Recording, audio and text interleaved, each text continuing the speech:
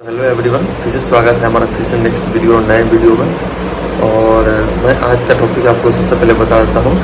Doctor के 5 राज जो हम लोग सभी मेडिकल रिप्रेजेंटेटिव या जो भी फार्मास्यूटिकल में सेल्स से बिलोंग्स करते हैं या पीएमटी से बिलोंग्स करते हैं तो उनके लिए फ़ायदेमंद होंगे। ये 5 राज जो भी जान जाएगा उसका करियर हमेशा बूम करेगा और आगे बढ़ेगा, क्योंकि ये 5 राज ही जब बेसिक सीढ़ी का पहला स्टेप है जो सक्सेस की ओर ले जाता है, जो हमेशा हम लोगों को इन पे वर्क करना चाहिए।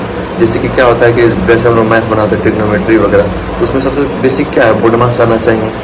तो मेन रोल है उसमें बोर्ड मार्क्स का। तो वैसे ही ये 5 राज है जो आपको कैरियर को आगे ले जाएगा। तो ये पहला स्टेप है।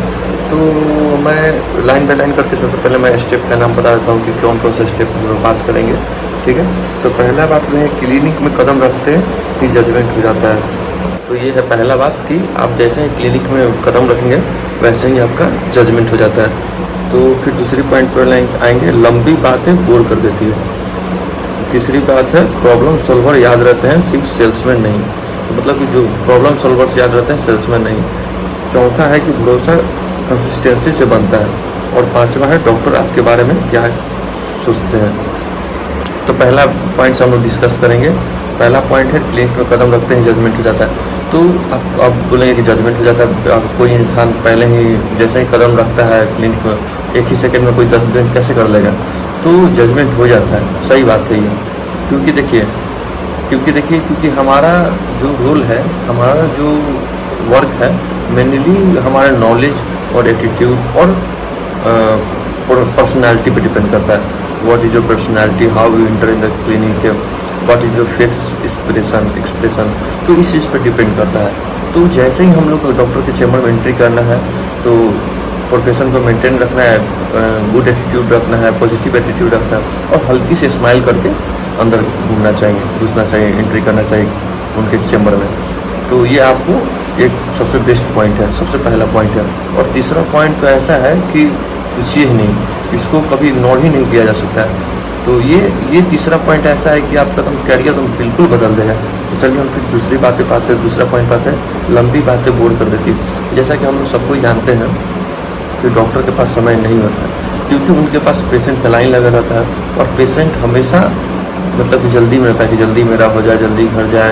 तो इन सब चीज़ों को उन लोग को भी मैनेज करके चलना पड़ता है और उनके बीच में हम लोग को भी समय देते हैं, अंतिम में समय देते हैं, लंबे समय पर बैठे रहते हैं, नाश्ता करना रहता है, भूख लग जाता है। तो वो सब चीज़ें हम लोग को ध्यान रखना है, क्योंकि उनका समय कीमती है।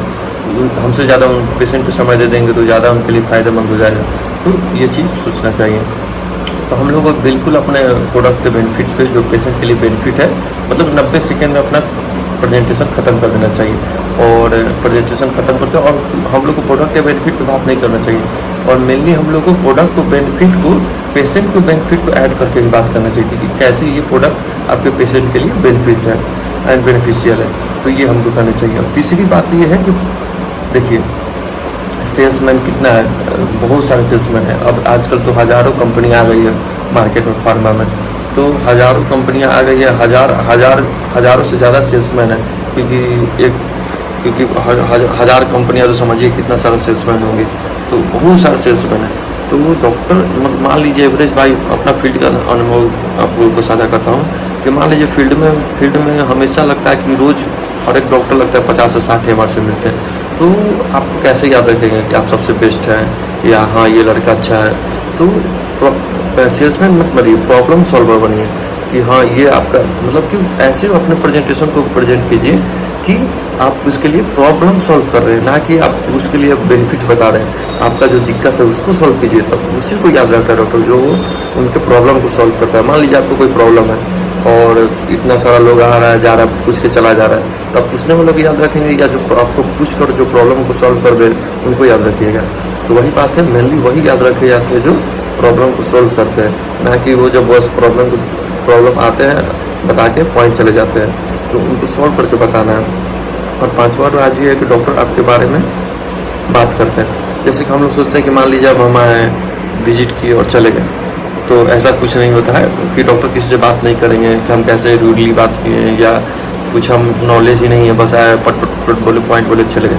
तो ये सब बैड इम्पैक्ट बनाता है, डॉक्टर के इंप्रेशन बनाता है डॉक्टर के माइंड में।